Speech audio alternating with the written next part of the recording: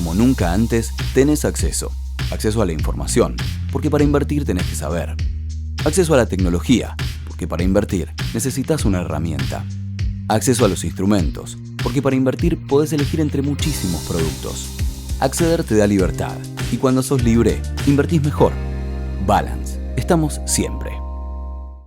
Buenas tardes. Bueno, muchísimas gracias por participar otra vez de estos webinars periódicos que hacemos con updates sobre el mercado americano y luego sobre los CDRs locales.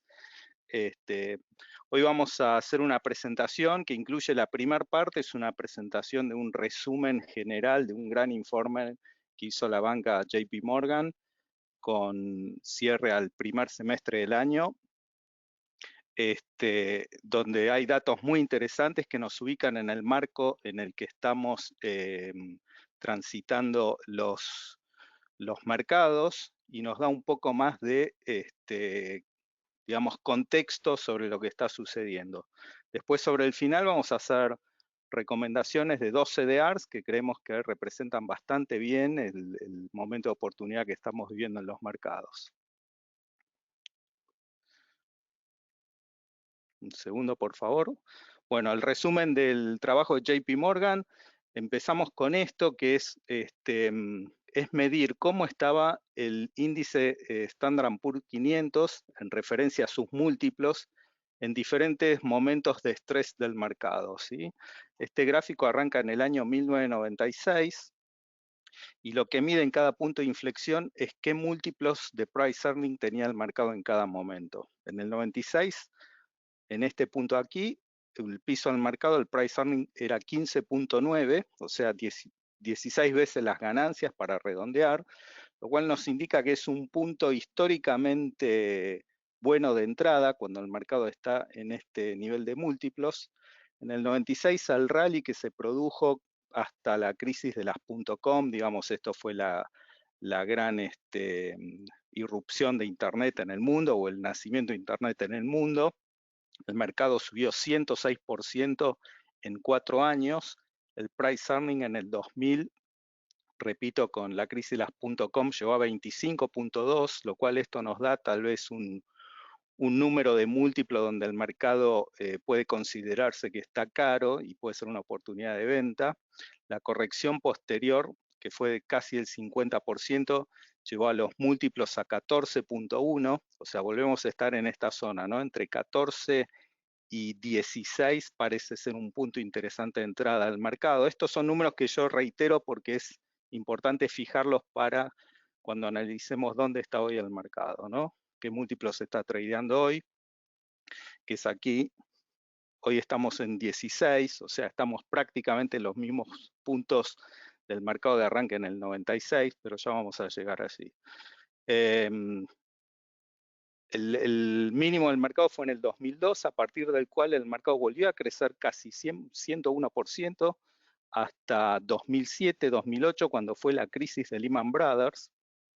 El mercado en este punto había arrancado en 14.1 veces o el múltiplo de 14 y llegó a estar un múltiplo de 15.1, lo cual quiere decir que este punto todavía el mercado era barato, ¿sí? El mercado había subido, pero las ganancias de las empresas también, con lo cual este múltiplo seguía siendo barato para el mercado. Sin embargo, se desató una crisis exógena al mercado, digamos la crisis de hipotecas y demás, que hizo prácticamente poner en riesgo a todo el sistema. El mercado bajó fuertemente hasta ubicarse en un múltiplo de 10, un piso absoluto, y a partir de ahí entró en un rally absoluto hasta lo que fue hace 2 años con la aparición del COVID.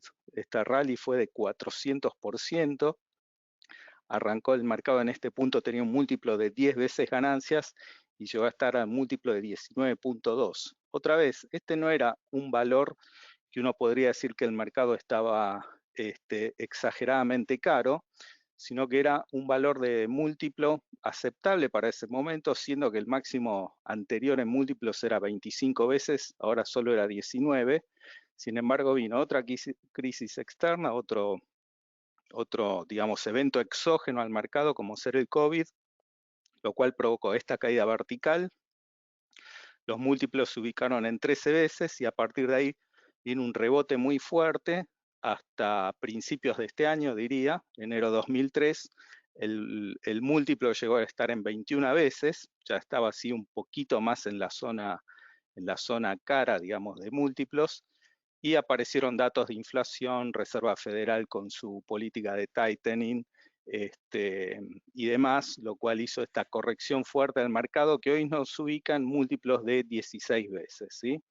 Quiere decir que medido a través de múltiplos, hoy el mercado está en los mismos niveles que estaba en 1996 o en diferentes periodos posteriores, pero siempre en una zona que indicó casi piso de mercado. Con lo cual, a nivel de múltiplos, podemos decir que el mercado ha depurado bastante fuerte y tal vez falte un poquito más para mi gusto para comprar más seguros, pero hay que tener en cuenta que cada vez nos estamos acercando más a un valor de múltiplos interesante para entrar. Después vamos a analizar cómo viene la earning seasons que se está desarrollando actualmente y cómo está resultando ese impacto en lo que es múltiplos. Aquí hay más datos, digamos, no voy a ahondar en esto, después les queda para que puedan verlos. Perdón. Este gráfico de aquí es lo que nos ubica en la historia. Desde el año 1997 hasta ahora, el price earning promedio es de 16.85 o 17 veces. Si nos vamos un desvío estándar para arriba, en una zona que podríamos definir como, no sé si cara, pero zona de un warning para tener activados posibles stops de venta, ¿no? El mercado comienza a ponerse caro a partir de 20 veces ganancias y la corrección actual nos ubica aquí en 16 veces, estamos por debajo del promedio, todavía no estamos un desvío estándar por debajo, que esto es 13 veces y media, digamos, esta sí sería una zona mucho más segura de compra, pero para esto necesitamos que el mercado corrija un poco más, ¿sí? Las ganancias, si bien no están viniendo como se esperaban, siguen siendo positivas, con lo cual el múltiplo, digamos, el mercado ha pegado un rally últimamente y el múltiplo subió un poquito, pero bueno, la zona segura de compra sería cuando el price earning esté por debajo de 13.50. Difícil saber si el mercado va a corregir hasta ahí o no, pero estamos entrando ya en una zona donde me parece que gran parte de la corrección está hecha y cada vez es más seguro el punto de compra, ¿no? Bueno, este es un gráfico que indica para cada nivel de múltiplos de price earnings cómo estaba el mercado un año después, ¿sí? El rendimiento que tuvo un año después. Actualmente estamos en la zona de múltiplos de 17, es toda esta nube de puntos.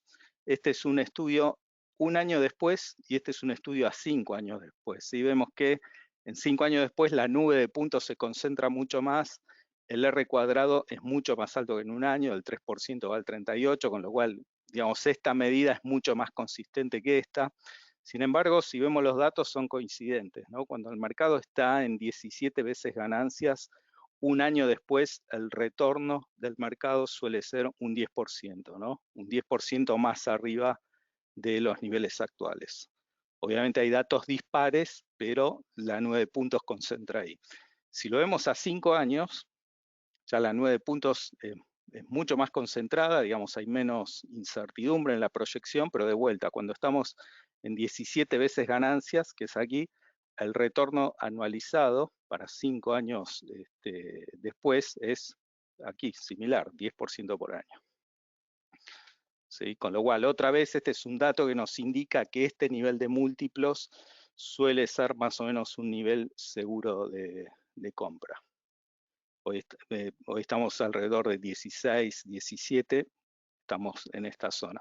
Cuanto más alto es el múltiplo, obviamente un año después aumenta el riesgo del mercado y generalmente el mercado corrige y un año después el retorno ya es negativo, ¿no?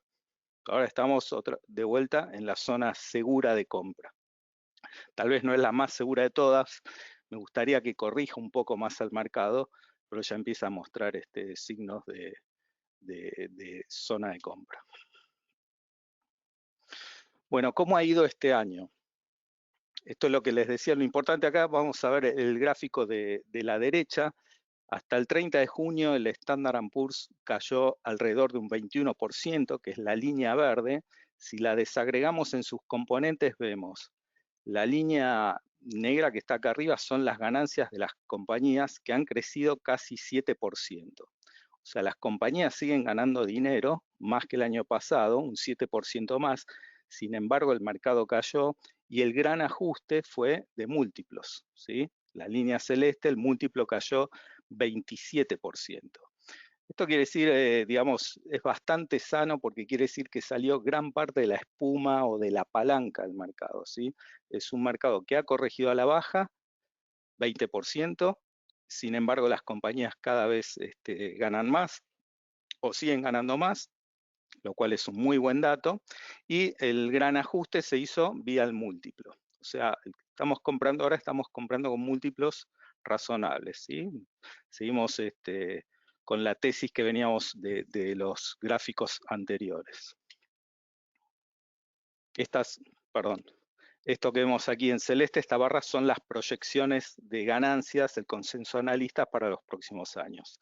Vemos que siguen creciendo, lo cual esta línea negra debería seguir subiendo los próximos años. Si los múltiplos, con que solo los múltiplos aumenten y las ganancias queden levemente igual o positivas, el mercado debería tener la línea verde un muy fuerte rebote, ¿no? El mercado es ganancias por cantidad o múltiplo que el mercado está cotizando esas ganancias, 15, 16, 20 o 25 veces.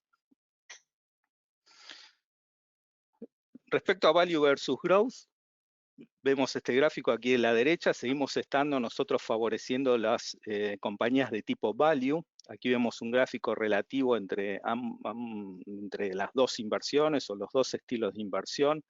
Cuando el mercado o esta línea, este índice que relaciona ambas estrategias está por encima de la línea punteada, quiere decir que growth está barato respecto a value, o que value está muy caro, y sucede lo contrario cuando estamos por debajo, ¿sí?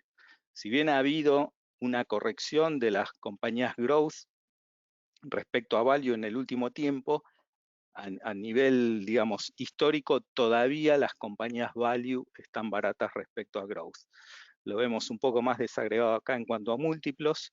El múltiplo del sector value es 12.8 veces contra un promedio histórico de 14.1 veces, o sea, todavía el sector value tiene un price earning por debajo de su promedio y el sector growth al revés. Tiene actualmente un múltiplo de 21 veces contra un promedio de 20.7 veces, ¿sí? Con lo cual, volvemos a decir que value está barato respecto a growth. Esta es nuestra zona hoy de preferimos tener compañías de este tipo. Ahora también vamos a desagregar esto un poco más.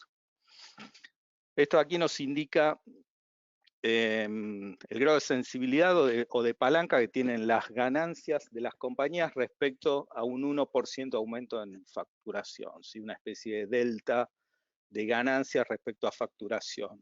Un 1% de aumento en facturación favorece mucho más al sector de energía, cuyas ganancias aumentan casi 9 veces, luego al sector financiero. Esa es la forma de leer este gráfico. Con lo cual entendemos que si la inflación va a seguir siendo un tema en Estados Unidos y sigue creciendo, este tipo de compañías, solo por el hecho de la inflación, de aumentar su facturación, se van a ver favorecidas en ganancias en esta escala, ¿no? Un 1% de aumento en revenues nos da casi 9 veces de aumento en las ganancias. ¿Cómo está si desagregamos el índice, las top 10, o sea, las compañías más grandes respecto al resto del mercado, a las 490 que quedan en el índice? Otra vez, estudio de múltiplos nos da el múltiplo corriente de las top 10 es 23.6 veces contra un promedio de 20 veces. O sea, las top 10 del mercado siguen estando caras respecto a su propia historia y el resto de las acciones tiene un price earning actual de 14 veces contra un promedio de 15.7 veces. O sea, están cotizando a un descuento respecto a las grandes.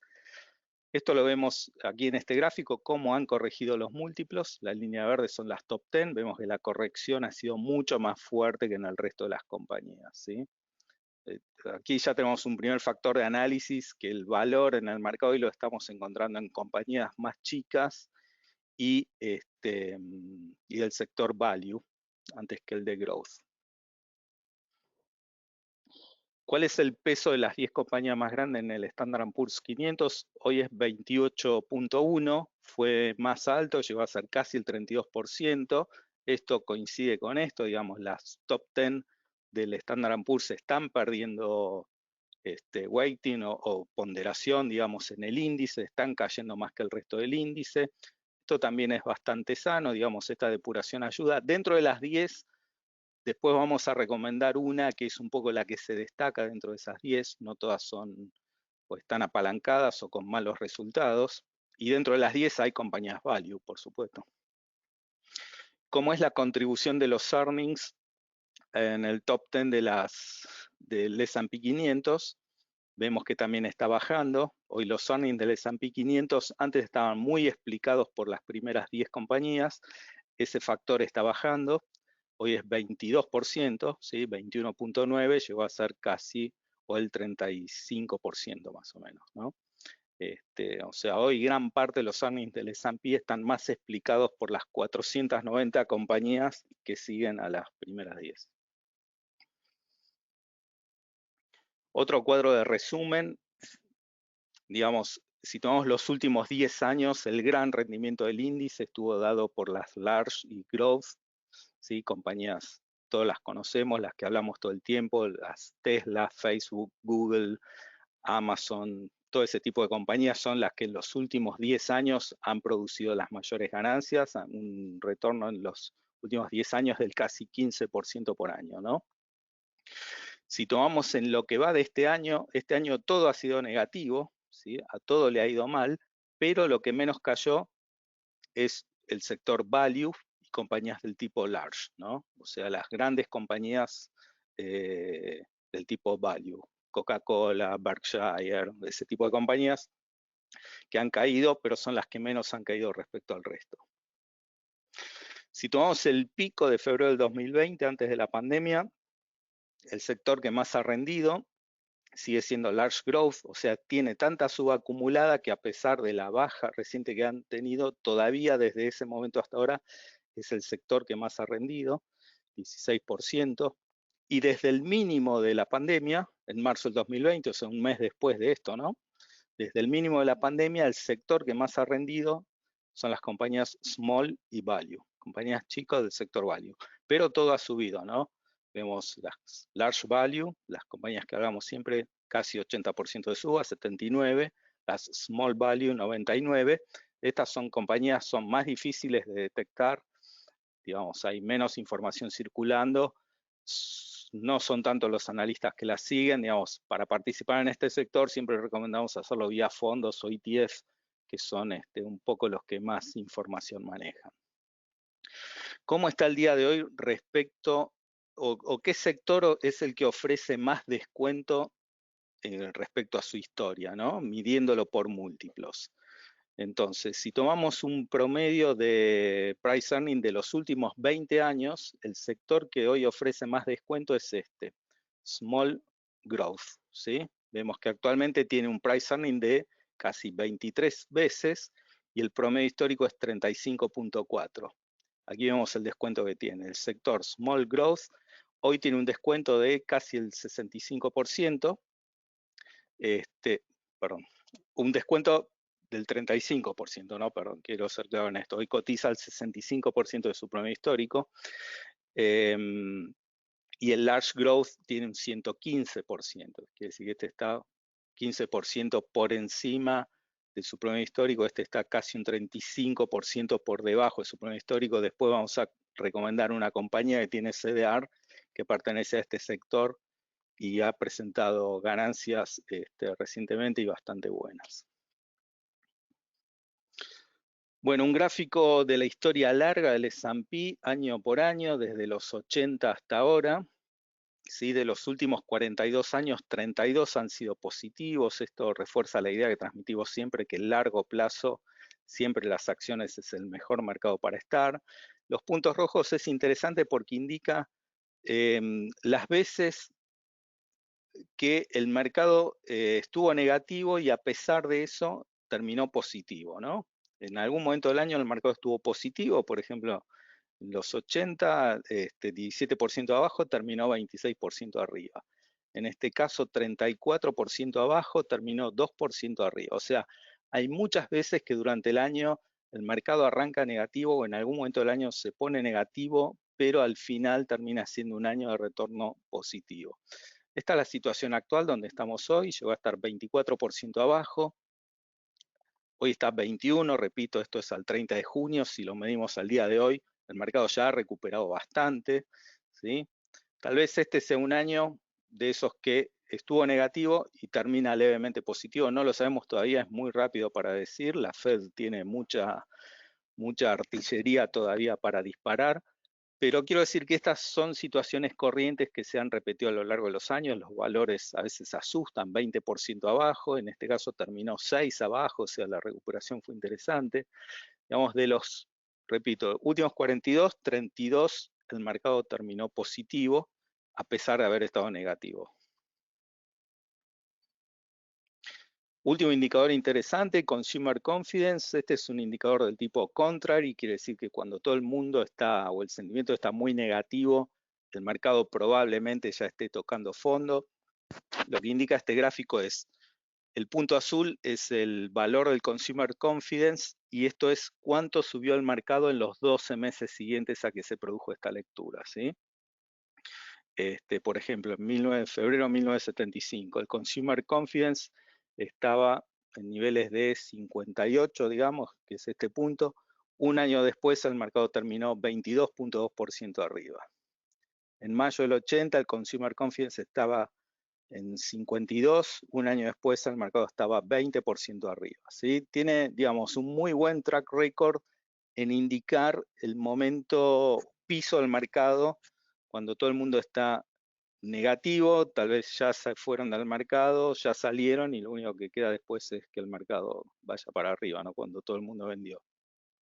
Octubre de 1990, mismo caso, 29% de suba un año después. Y así vemos en cada una de las lecturas bajas del Consumer Confidence cómo un año después el mercado se recuperó en forma bastante. Hoy estamos en un valor de 50%, o sea, es un mínimo realmente bajo respecto a los últimos que vimos. Yo creo que históricamente hubo situaciones peores que las actuales. Yo no me imaginaba un Consumer Confidence tan bajo, ¿sí? Hubo momentos mucho más negativos. Yo creo que la crisis subprime fue uno de esos grandes momentos. Sin embargo, el Consumer Confidence estaba en 55% y hoy está más bajo aún, 50%. O sea, esto también indica, es uno de esos indicadores que nos dan la idea de que el mercado podría estar cerca de un piso, ¿no? Digamos, el Consumer Confidence está tan negativo que probablemente lo único que queda ahora del mercado es ir para arriba. Bueno, otro gráfico que nos demuestra lo importante que es estar invertido en el mercado y cómo disminuye la volatilidad según la permanencia que uno tiene en el mercado, ¿no? Esto lo que hace es separar desde 1950 hasta 2021 el mercado en diferentes tramos, ¿sí? 1 año, 5 años, 10 años y 20. En función de esa permanencia que uno tiene en el mercado, es el retorno y la volatilidad. Digamos, la amplitud de estas barras nos da una idea de la volatilidad.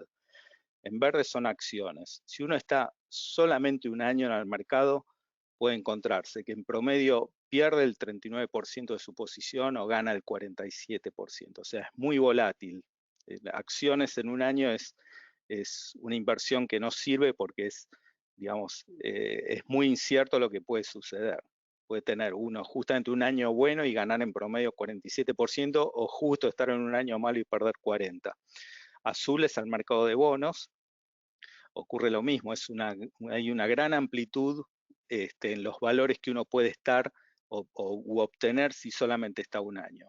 Si uno está 5 años en el mercado, ya la volatilidad se achica, la amplitud es mucho menor, pero es mucho más probable que uno le toquen 5 años positivos que 5 años negativos, ¿no? Si uno está 5 años, lo más probable es que gane 28% y en algún caso, si toca perder, que esa pérdida sea de 3%.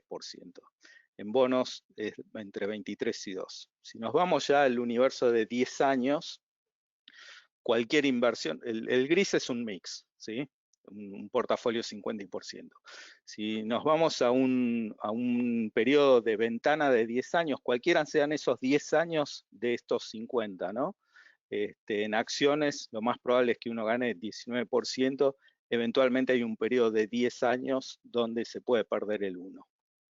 Y si uno permanece en el mercado durante 20 años, no hay 20 años que arrojen pérdida. La ganancia mínima eventualmente en esos 20 años puede ser 6% y la ganancia máxima 17%.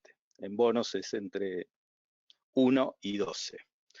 ¿Sí? Pero de vuelta, digamos, la permanencia o estar invertido a lo largo del tiempo en el mercado disminuye la volatilidad y aumenta la probabilidad de tener un resultado positivo en las carteras. Bueno, ahora sí, un update de Earnings Seasons que estamos transitando. Este es el cierre del segundo trimestre del año. Están reportando casi todas las empresas grandes. Vamos a hacer un análisis y un resumen de eso. Esto es cómo está el price earning actualizado a la semana pasada, el viernes pasado. Esto es el trailing, o sea, son los 12 meses que han pasado hacia atrás, las ganancias. Vemos el promedio del price earning de 5 años es la línea verde, el de 10 años es la línea azul. Aquí vemos lo que les decía antes, la gran descompresión que hubo en el múltiplo del mercado, ¿sí? Que pasó casi de 35 veces a 15.9, 16 era el 30 de junio, esto es lo que ha rebotado el mercado ahora, pero vemos que ha habido un gran achique en el múltiplo del mercado, esto es ganancias pasadas y esto es forward, o sea, las ganancias, el múltiplo calculado con las ganancias que se esperan para los próximos, para el próximo año, ¿no? Promedio de 5 años, promedio de 10. Lo mismo, hubo una gran descompresión en el múltiplo del mercado, el mercado rebotó ya, ¿sí? Aparentemente esto lo tomó como un soporte importante en lo que es a nivel múltiplo y el mercado ya está empezando a rebotar. Bueno, datos al 29 de julio. Los resultados están viniendo un poco más flojos que lo normal. El número de empresas que da sorpresas positivas y la magnitud de esa sorpresa está por debajo del promedio de los 5 años. O sea, está siendo, respecto a los últimos 5 años, un año que está por debajo del promedio. El crecimiento de ganancias es más bajo desde el último trimestre del 2020. Si recordamos, el último trimestre del 2020 fue el año de la pandemia, ¿no? Donde las compañías venían reportando bastante bien. El mismo trimestre del año 2021, o sea, del año pasado, fue inusualmente bueno, ¿no? Este trimestre del año pasado fue muy bueno, por eso la comparación de este año respecto al anterior es que está dando mal. Hasta ahora reportó el 56% de las compañías. De este 56%, vamos a hablar de ganancias. Primero, el 73% presentó ganancias por encima de las expectativas. El promedio de 5 años es que el 77% sorprenda positivamente, ¿no? ¿Sí? Cada vez son menos las que sorprenden positivamente respecto a su promedio. La sorpresa positiva fue en promedio 3.1% y el promedio de 5 años es que sea del 8.8%, o sea, las compañías están ganando menos en promedio de lo que venían ganando los 5 años anteriores. Y el sector que mejor sorprendió es Healthcare, ¿sí? Que el 81% de las empresas de ese sector presentó ganancias por encima de lo esperado. De los 11 sectores de la economía, solo 6 son los que están reportando crecimientos anuales. Los que más lideran son energía, industria y materiales. Y 5 sectores están reportando caída en las ganancias. El primero es el sector financiero. Ahora en facturación, el 66% sorprendió positivamente y el promedio de 5 años es 69%. O sea, en facturación también está digamos, lo que se está ocurriendo es que es un promedio, este es un año que está por debajo de los últimos 5. La sorpresa positiva fue en promedio 2.5% contra un promedio de 5 años de 1.8%. Este es un buen dato, hay que tener en cuenta que Estados Unidos está con un proceso inflacionario, eso hace subir la facturación, ¿no? O sea, inflación es mayor facturación y no necesariamente mayores ganancias. Los 11 sectores presentan crecimiento en facturación, ¿sí? Esto es lo que les decía. Los 11 sectores están facturando más, pero solo 6 de los 11 están reportando ganancias más altas que las del año pasado, ¿no? O sea, hay facturación aquí que tal vez sea solamente producto de la inflación y no de mayores ventas en cantidades. Este es el 6º trimestre consecutivo del crecimiento de facturación por encima del 10%. O sea, ya hace 6 trimestres que las compañías en Estados Unidos facturan a un ritmo de 2 dígitos crecientes. Esto es un muy buen dato. A pesar de la inflación y demás, es un muy buen dato. Esta semana que estamos transitando reportan 175 compañías, con lo cual al final de esta semana ya el volumen de compañías que reportaron ya va a ser mucho más representativo y casi definitivo, ¿no?, del resultado del trimestre. Un dato interesante que está ocurriendo es cómo reacciona el mercado con la sorpresa en las ganancias, ¿sí? Vemos que cuando la sorpresa es positiva, la reacción del mercado es una suba promedio del 3% en esos papeles, cuando el promedio de 5 años es de 0.8%. Esto nos indica que el mercado está dispuesto y con ganas de pagar buenas noticias, ¿no? Vemos que cuando las noticias son buenas, usualmente esas acciones suben 0.8%, ahora están subiendo 3%. Esto es un buen dato, quiere decir que hay, digamos, otros indicadores también los muestran, hay mucho dinero fuera del mercado en money market y demás colocaciones esperando entrar. Vemos también que cuando la sorpresa es negativa, históricamente esos papeles caen 2,5%, ¿sí? 2.4%, sin embargo este año también están subiendo 1.2%. O sea que a pesar de que hay compañías que no sorprenden en sus ganancias, igual suben. Esto es un dato interesante, indica para mí la disponibilidad de dinero o ganas de comprar que está viendo en el mercado. Todos estos datos que vimos que los múltiplos están casi en mínimos, casi en zona de compra, tal vez muchos ya se están anticipando y usando esto como dato de compra y no se animan a esperar una caída adicional. Bueno, ese es el debate que hay hoy en el mercado. Si puede caer un poco más todavía o ya es una zona segura de compra.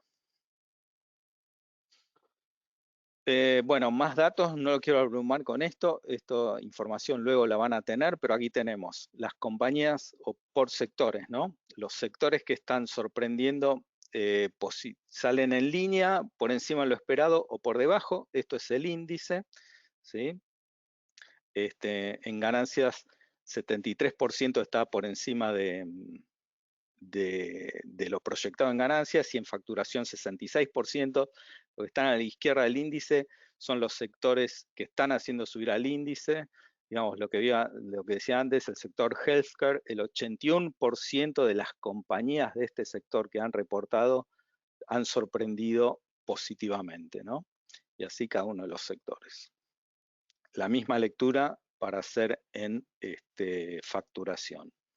El sector que más está sorprendiendo es energía. El 88% de las compañías de energía sorprendieron positivamente en facturación. O sea, facturan más que los analistas están esperando. Earnings growth. ¿Dónde está el crecimiento de ganancias? A nivel índice es muy bajo el crecimiento de ganancias, ¿sí? Hoy respecto al 30 de junio. El sector que más está aportando al crecimiento de ganancias es energía. Vemos la diferencia entre barra azul y barra gris. El sector que más aporta es energía. Está prácticamente todo concentrado ahí, tanto en ganancias como en facturación.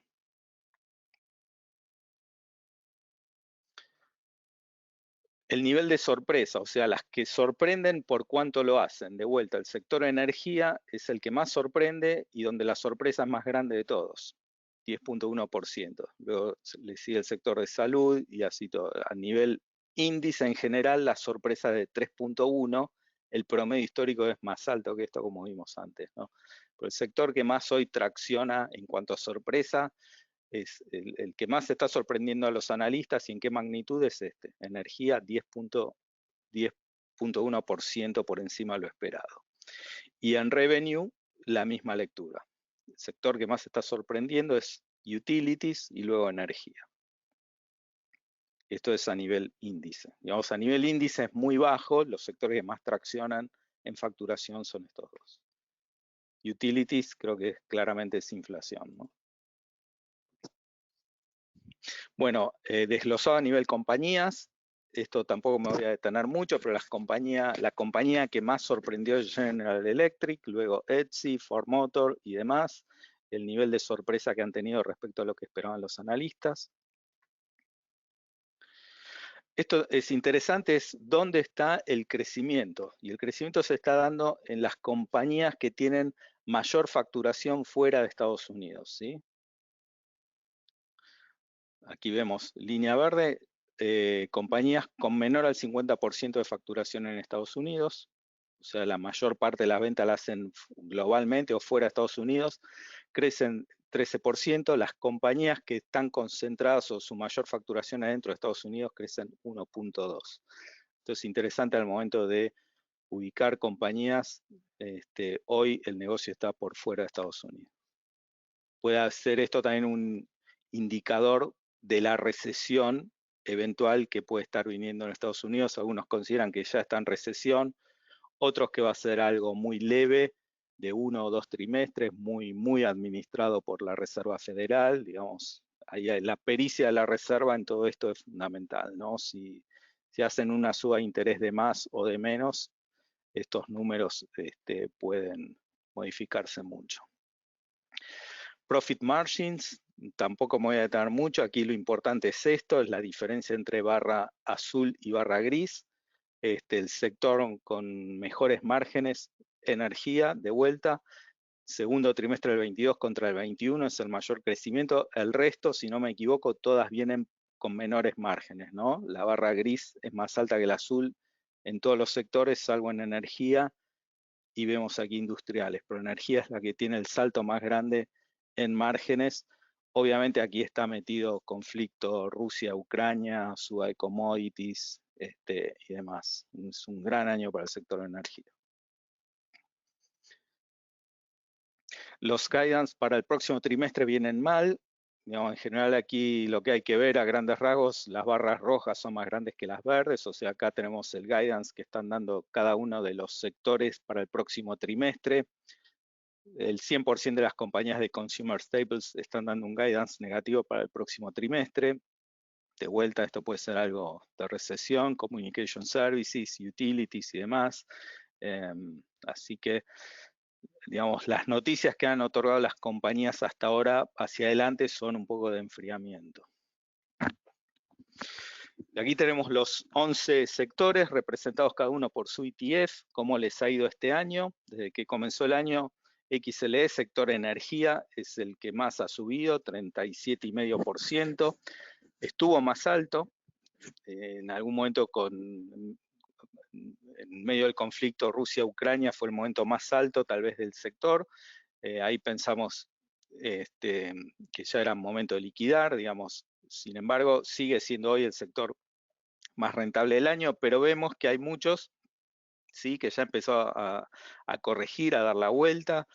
Creo que es momento, digamos, ya lo dijimos también en la última presentación, salir del sector energía y empezar a migrar a los otros sectores que vemos han empezado a darse vuelta, ¿no? Bueno, primera recomendación de la tarde, Mosaic.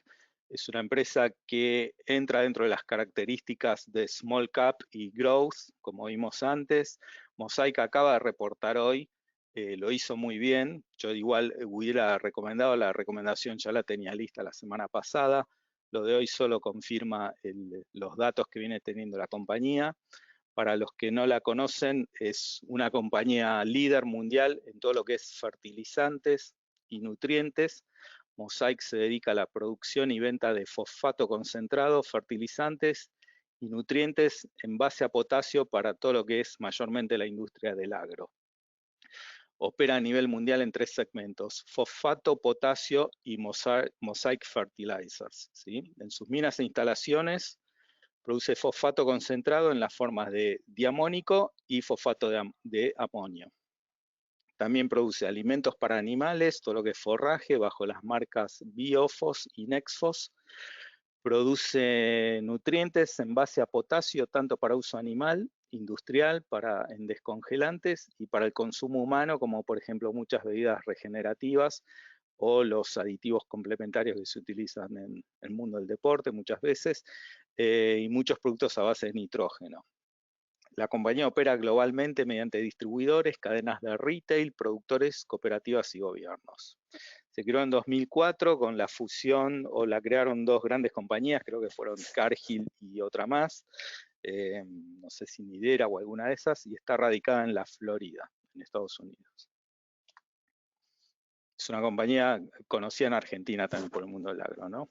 Bueno, el contexto mundial es muy favorable para el mercado de fertilizantes, dado el marco geopolítico. Hay una falta mundial de fertilizantes, ahora vamos a ver esto.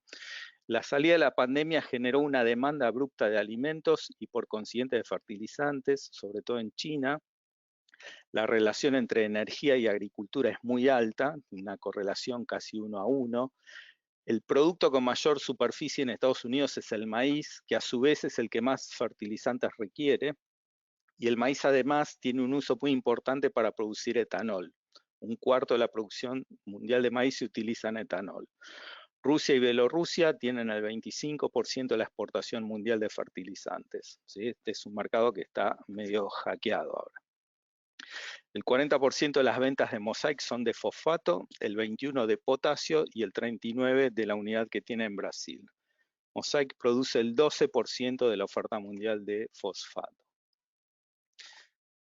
Bueno, lo que vemos aquí en el gráfico arriba a la izquierda, por ahí no está muy claro, pero es la cotización de los futuros de fosfato diamónico. Vemos cómo se ha disparado. En medio del conflicto bélico llegaron al punto máximo. Han corregido, pero continúan con su tendencia alcista, ¿no? Aquí vemos la relación que hay entre petróleo y maíz, ¿sí? Es una correlación bastante alta, no es usual pensar que sea tan alta, pero como el maíz tiene un uso para todo lo que es el mercado de energía y etanol, suele correlacionar muy bien con lo que es el petróleo. Maíz es la línea celeste, petróleo la línea azul marino. Y si sube el maíz, aumenta la producción y con la producción aumenta el consumo de fertilizantes. Lo que vemos aquí es el mercado mundial de fosfato, los embarques. La línea esta gris, o la columna gris, es la demanda insatisfecha que va a haber para el 2022. Lo verde son los embarques ya realizados. Esto es la demanda insatisfecha 22 y 23. Y vemos el crecimiento año a año que está teniendo el embarques y consumo de maíz, de fertilizantes. Buenos números de Mosaic. Desde el 2019 proyectado al 2024, ¿sí? Hasta acá son números reales, estos son estimados. La columna celeste es el EBITDA, vemos cómo va creciendo año tras año. La columna negra es el free cash flow, después de operaciones. Negativo ya lo transformó en positivo, ¿sí? A partir del 2020, y cómo va creciendo. Estamos en el 2022, así es como va a cerrar. Esto prácticamente ya está cerrado este número. Y en verde la deuda neta, ¿sí? Vemos cómo han ido creciendo, bajando deuda, subiendo EBITDA y subiendo el free cash flow. O sea, es una máquina de producir cash flow hoy, tiene dividendo y probablemente lo aumenten hacia futuro. Y aquí abajo vemos la relación entre Enterprise Value y EBITDA. ¿Sí? Este es un indicador que cuanto más bajo, mejor es para la compañía. O sea, está teniendo números inmejorables, los acaba de confirmar hoy mismo. Un poco más de información de Mosaic. vemos la cotización ha empezado a darse vuelta, ¿sí? Después de haber corregido un poco este año. Es una compañía, como les decía, small o middle cap, digamos 19.000 millones de dólares, entra dentro del rango de compañías chicas. Cualquier, digamos, o diferentes plataformas de recomendación, todas están entre buy y strong buy. Es una compañía que tiene clase A en lo que es growth, o sea, con esto llenamos el casillero de growth y small cap. Y aquí vemos diferentes métricas de Mosaic comparados contra la industria, ¿no? Crecimiento de facturación, 52% contra una media del sector de 23%. Lo que se espera hacia futuro, 25.8 contra 11.4, crecimiento de EBITDA 168 contra 23, EBITDA año contra año, 345 contra 29, ¿sí? El gráfico anterior que vimos cómo viene creciendo el EBITDA, o sea, el cash flow que genera la compañía. Así que son números que son muy buenos y repito, el número que salió hoy de ganancias confirma todo esto. Otra plataforma de análisis, un poco más claro del movimiento de precios. En este mes rindió, bueno, hoy volvió a subir, ¿no? Pero medido al otro día, digamos, subió un 10%, en lo que va del año sube un 34%, y en un año subió el 70%. Price earnings actualmente 7.5, está bien por debajo de todos los múltiplos del mercado que vimos al principio, y para los próximos 12 meses el price earning a este precio daría 3.6 veces, o sea, casi la mitad que esto. ¿Sí? Solo para mantener el 7.5 que viene teniendo, el precio tiene que casi duplicar. Así que, digamos, creo que es una inmejorable oportunidad esta. Más análisis, bueno, rating de analistas buy. ¿Cómo están las recomendaciones entre el analista que le pone el precio más bajo, $42, el que le pone más alto, 93? Eso a un promedio de 68, y hoy esto es Mosaic, la línea celeste, vemos que se acercó al precio del analista más bajo y empezó a subir, hoy está en 52, o sea, todavía tiene un largo trecho, por lo menos para llegar al promedio de calificación de analistas. ¿Cómo es Mosaic en los diferentes ETF? Mosaic la tienen 220 ETF, ¿no? De diferente orientación, pero hay 220 ETF que poseen la acción de Mosaic por un valor de 3.4 billion dólares. Este es un número importante, o sea, es una compañía muy considerada para diferentes enfoques de los ETF. Aquí vemos recursos naturales, materiales básicos, sí, y esos son básicamente los ETF que incorporan este papel. Bueno, la segunda recomendación es Amazon. Amazon está entre las 10 más grandes, pero bueno, tiene un muy buen balance, muy buenos fundamentals, y me hace querer recomendarla, ¿no? Vamos a analizar un poco el balance que salió. Los resultados fueron excelentes, sorprendió tanto en ganancias como en facturación. Las ventas incrementaron 7%, 121.2 billones de dólares contra un esperado de 119.3, y de no haber sido por los ajustes en el tipo de cambio, en el FX, porque tiene ventas a nivel global, las ventas hubieran sido aún más altas, ¿sí? 10% mejor. O sea, algunas de estas ventas no las tenían hedgeadas contra el dólar, y la revalorización hace que este número haya caído, pero de haberlo hecho, las ventas hubiesen sido un 10% mejor. El ingreso operativo fue 3.3 billion, que estaba en el extremo alto de lo que la compañía se había propuesto en el trimestre anterior. Y la nube, Amazon Web Services, es el sector que más crece, es la joya de Amazon. Nos vamos a detener un poco en esto ahora. Creció 33% en el trimestre. 33, repito el número porque parece un número alto, aunque uno lo dijera en forma anual, pero fue en el trimestre a 19.7 billions. ¿Sí? El cloud de Amazon es el 16% de las ventas, solo el 16% de las ventas, pero es el 100% de los beneficios de las compañías, del profit. O sea, con el cloud, Amazon soporta todo el resto de la compañía.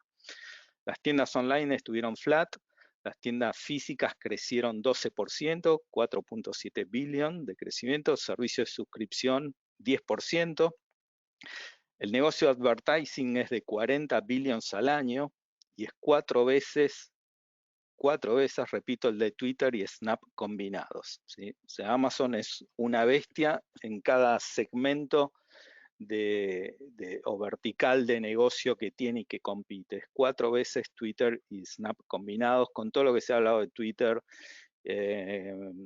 con el evento Elon Musk y demás. La compañía, además de todo esto, arrojó un buen guidance para el tercer trimestre, digamos, podrían haber sido más prudentes, después de haber presentado grandes números en el segundo, podrían haberse tomado un margen de respiro para el tercero, sin embargo, presentaron muy buen guidance, mejora lo esperado por los analistas, lo cual le agrega un poco de combustible a todo este entorno. Y el dato que había era que tanto Walmart como Shopify habían tenido resultados malos, ¿sí? Previamente al de Amazon. Entonces, lo que coloca a Amazon como un ganador indiscutido. Obviamente, Walmart y Shopify no tienen la gran joya de Amazon, que es la nube, ¿no? Amazon Web Services. Por eso, todo el resto del negocio online tal vez no haya sido un buen año para nadie, pero, digamos, Amazon con su cloud pudo salir adelante respecto a la competencia. Es todo sobre la nube, ¿sí? Esta nota lo dice todo.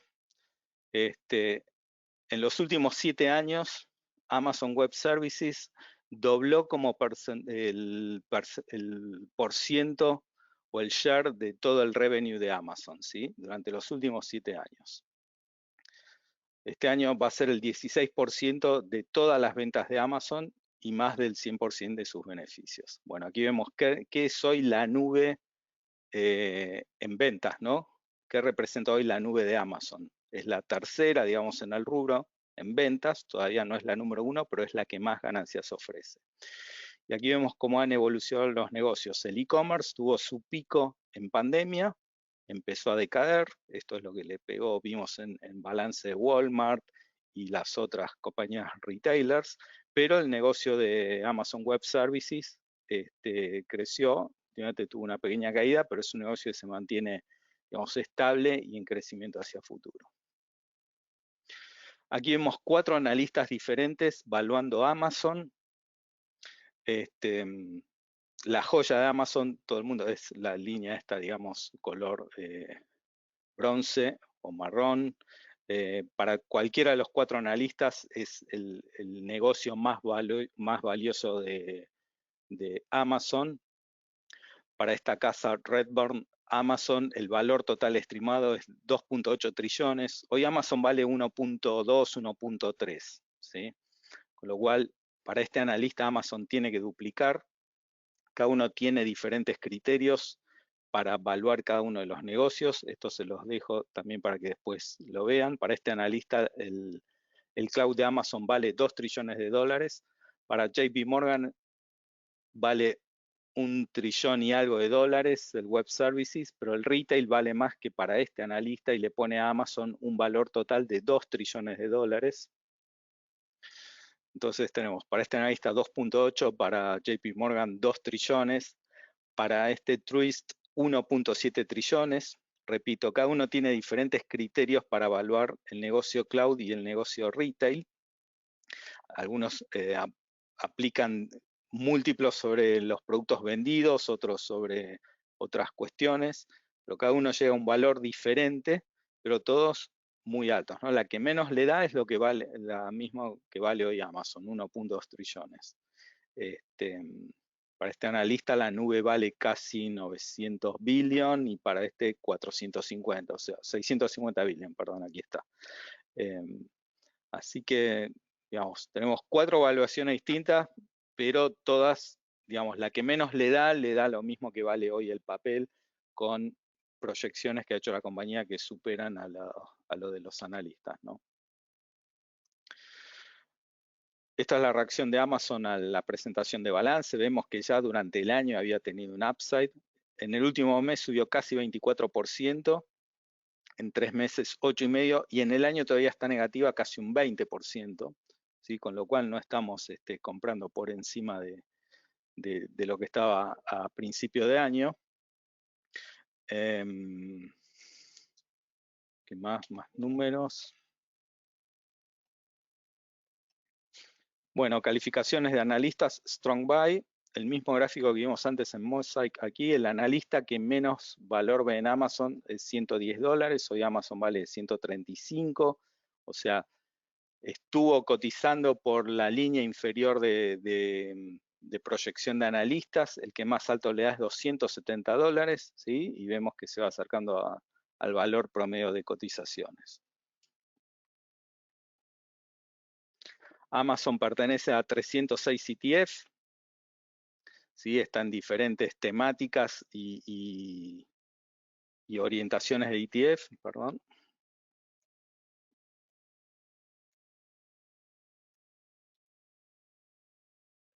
O sea, es una compañía que está en muchísimos portafolios y en muchos ETF, ¿no?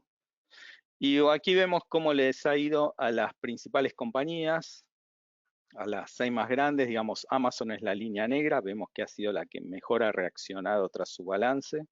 El resto son Microsoft, Alphabet, que es Google, y Apple, y Facebook, que este año viene bastante mal. Digamos, creo que tiene algunas cuestiones con el tema Metaverse y demás que debería definir, ¿no? Pero vemos por lo menos, estas 4 o 5 son las que mejor han andado, siendo Amazon la que más se ha destacado. Bueno, por último hay 16 nuevos CDRs, esta noticia ya es pública, creo que la siguió todo el mundo. Hoy estamos recomendando Mosaic, que está en el último lote de CDRs aprobados, y próximamente tal vez estemos armando nuevos packs, tal vez, digamos, armemos uno que capture el movimiento en criptomonedas.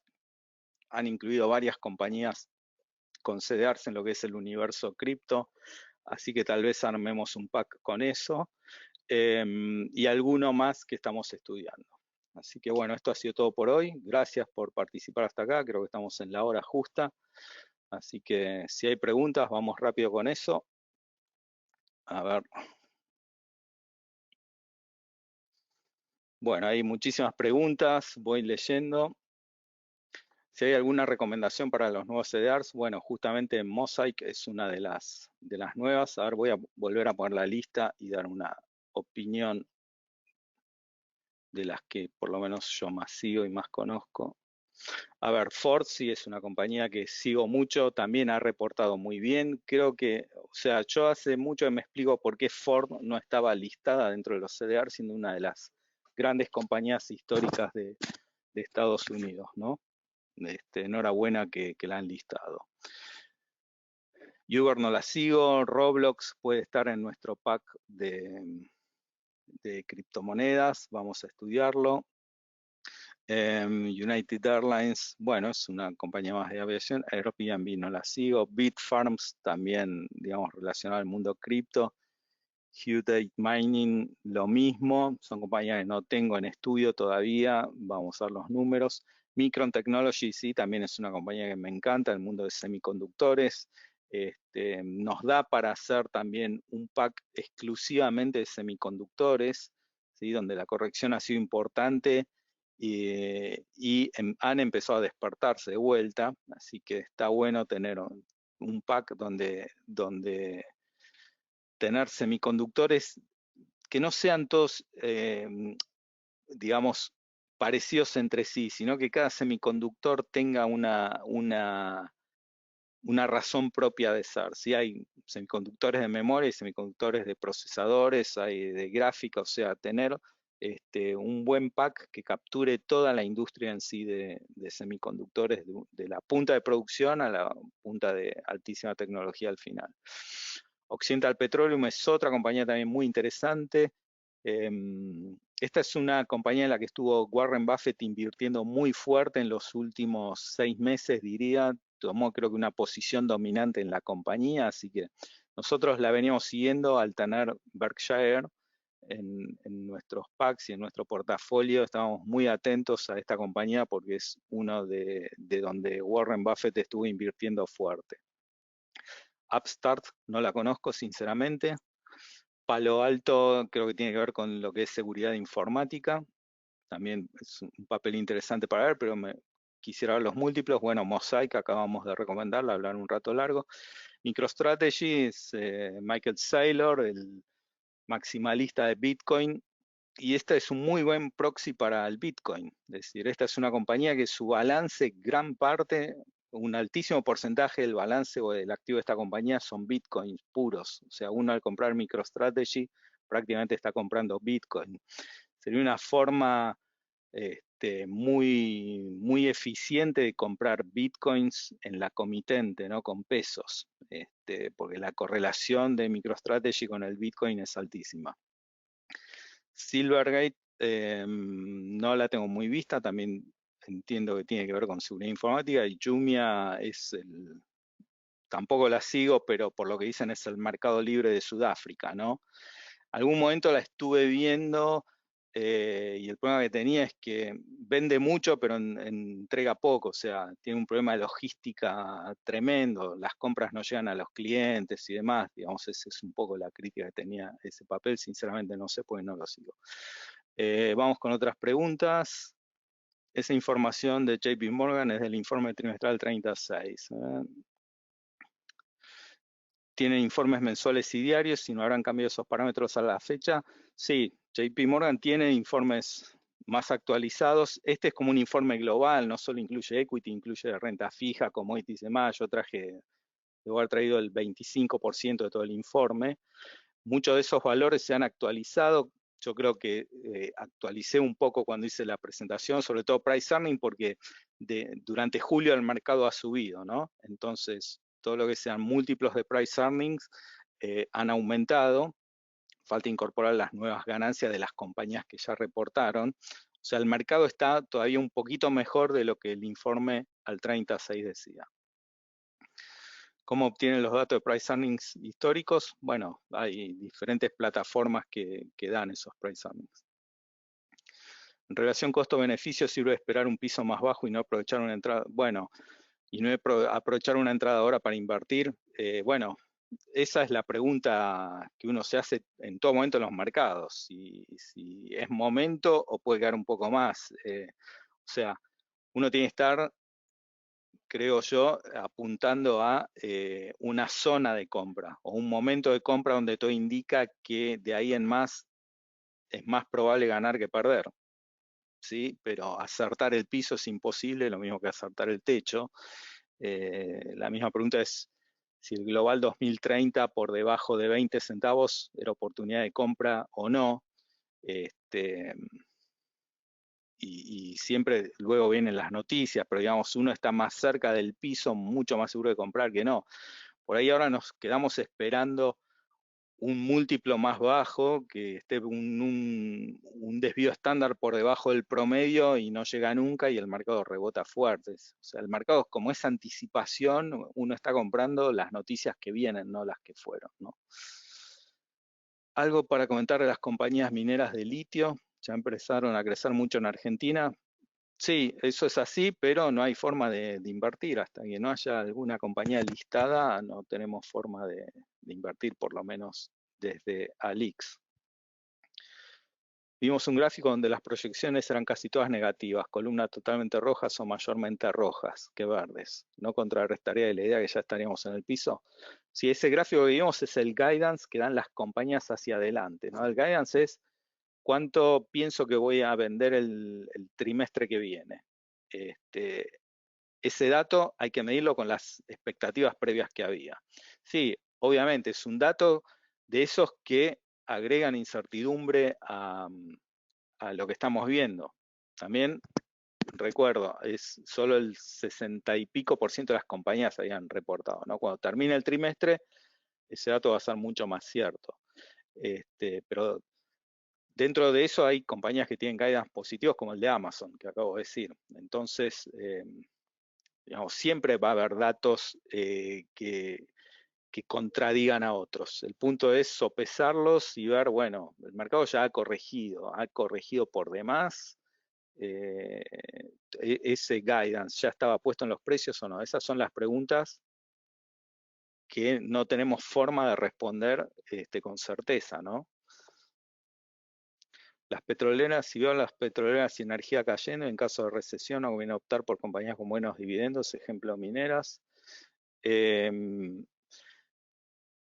Si las petroleras y energía cayendo, por ahora creo que no, creo que vienen 2 o 3 trimestres más de buenos balances, o sea, llevamos ya casi 6 meses de petróleo en promedio $100, por decirlo así, eso es muy bueno para las compañías, o sea, después tal vez las compañías ya estén hedgeando futuros a este nivel de precios hacia adelante, ¿sí? Con lo cual también les genera, digamos, es una forma de hedgear buenos balances a futuro. Así que no sé si las veo cayendo, creo que han subido mucho y hay cosas que se han quedado atrás, ¿no? Entonces, si uno ha ganado mucho en energía, es buen momento para arbitrarse a otros sectores. Compañías con buenos dividendos, sí, eso siempre. Además, estamos en un contexto de suba de tasas de interés. La forma de contrarrestar eso es tener mejores dividendos, ¿no? El problema de Mosaic podrá ser la liquidez del CDR. Eventualmente puede ser, pero hay muchos market makers. Nosotros mismos somos market makers en CDRs, así que mientras haya cotización afuera, siempre va a haber una cotización local. Digamos, hay un proceso de arbitraje vía contado con liquidación que hace que no haya problemas de liquidez. ¿Qué opinión tiene de SiteLogic? No la sigo, no la conozco, digamos, la conozco, sé que es una compañía, argentina, o por lo menos los fundadores son argentinos, pero no la conozco, no sé sus números, nada. ¿Qué opino de Meta, Facebook? Es una compañía, no sé, para mí está medio definiendo qué quieren hacer, su futuro en Metaverse y demás. Creo que les falta ese foco, pero bueno, siempre con algo sorprenden.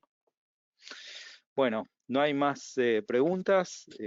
Muchas gracias a todos por participar. Si queda algo que no fui claro, demás, nos consultan como siempre por los medios habituales o a través de su oficial de negocios. Bueno, muchas gracias a todos y hasta la próxima.